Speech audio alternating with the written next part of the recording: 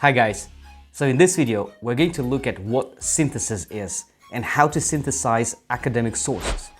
In simple terms, synthesis is when you combine sources to create something new.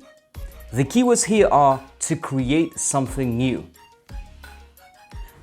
Unlike a summary where you simply restate the main idea of an article, a synthesis is a step further. It's your ability to combine the information from multiple sources to create a new idea or a new concept. So, to better illustrate what synthesis is, I'm going to show you two texts. So, what I would like for you to do is read each sample and decide which of the two texts is synthesis. I would also like you to try to understand why the other text is not synthesis. Here are the texts. Read them now, pause the video to read and think.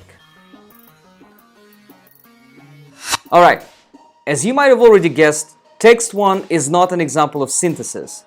It's simply a summary of an article written by Natasha Benton. So why is this not a synthesis? You know, the writer doesn't integrate any new idea or new thoughts. All the writer does is summarizes what has already been written, so it's a summary of one article. While text 2 is the example of synthesis. The author has integrated sources effectively by citing and paraphrasing them. As you can see here, within one paragraph, the author identifies 3 separate sources that they've used to support and inform their work. The author has used the ideas from the sources to weave them together to create new information. Can you see it here? The new idea is presented by the author in the last sentence. See the highlighted part. So, text 2 is an example of synthesis. Text 1 is a summary. So, your ability to synthesize is an essential skill that you'll need to use when writing an academic paper or doing a research study. You know, even when you prepare for an oral presentation, you still need to read and synthesize multiple sources in order to prove your point, right?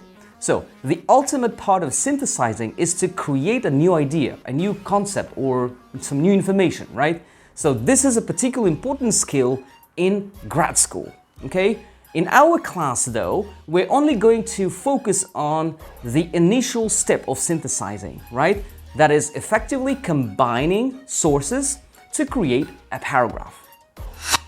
This is what you need to do to synthesize effectively. Step 1. Identify relevant sources. So, number 1 step is to identify which sources are most relevant to support your argument, right? So, finding the right sources is a crucial step. So, what do I mean by relevant sources? So, this might involve finding the best author in the field, or the most current article. I mean, the newest source. If you're, for example, writing about AI or metaverse, an article which was written 15 years ago may not be current, right? May not be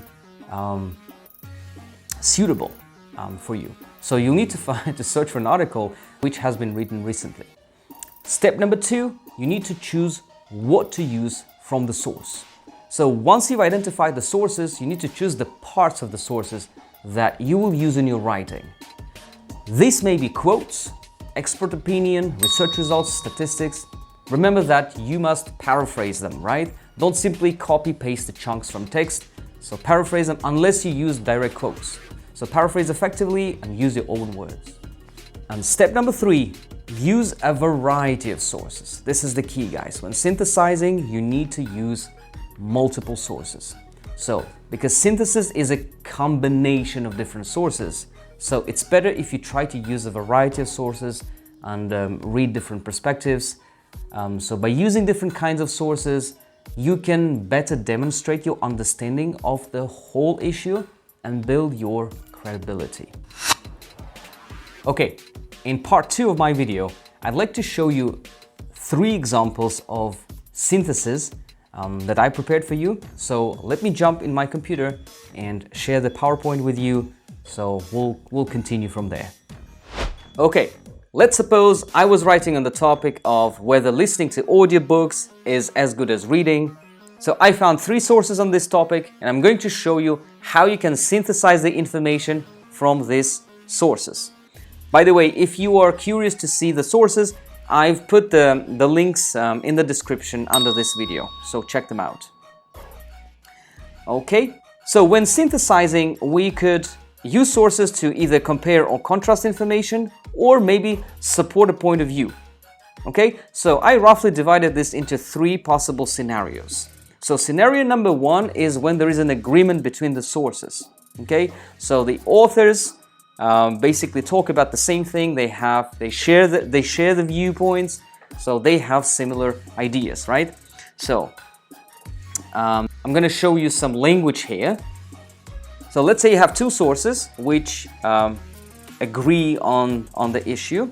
So here's some ideas, some language that you can use when writing a paragraph. So you'll say A, which basically refers to the first author. So A says or thinks, argues this and that. Likewise or similarly, B is the second author, thinks, says, concludes this and that. Okay? Or you can say A and B reach the same conclusion about the issue, right? So 3 possible ways to write about an agreement. So let me show you an example. So you may pause the video to read this paragraph now. Okay, so as you can see, the 2 authors agree on the subject. So they both say that reading is better for retaining and understanding the material, okay, compared to listening. Let's move on to the second scenario. Okay, scenario 2 is when there is some disagreement, right? When the sources don't agree. So here's some language you could use. So you might say, there are different perspectives, opinions, or positions about and the topic. So A, the first author, thinks this, while B points out this, right? So another alternative is A argues, thinks, concludes that, blah, blah, blah. On the other hand, however, in contrast, B, the second author, suggests, thinks, or says this and that. So in this example, it's clear that there are 2 perspectives on the issue and that the authors feel differently about it. So Dr. Rogovsky says that there is no big difference between the levels of comprehension. However, Dr. Daniel feels that understanding and retention of the content is higher when you read. All right, and let's move on to the last scenario, when the sources share the same broad subject but focus on different subtopics. So the keyword here is subtopic. So this is how you can start your paragraph. You can say both A and B share opinions about. So A reports or says this, and B holds this opinion. Or you could say there are 2, 3, 4 considerations for the subject. One is from this source in which they say this and that. The second, as reported by, so you say source B, in which they say this and that. So, and here's the example. Again, pause the video to read it carefully. So in this last example, we can see that the authors neither agree or disagree. They just argue about different subtopics of the same subject. So the subject is the same, but the subtopics are different. So the first author argues about comprehension, while the second one talks about retention. This is the end of the video. I hope it's been a helpful one and you now better understand what synthesis is, why you need to synthesize, and more importantly, how to synthesize. So in the class, you'll have a better chance to put this all into practice and we'll have an even better grasp of the concept. Thanks for watching.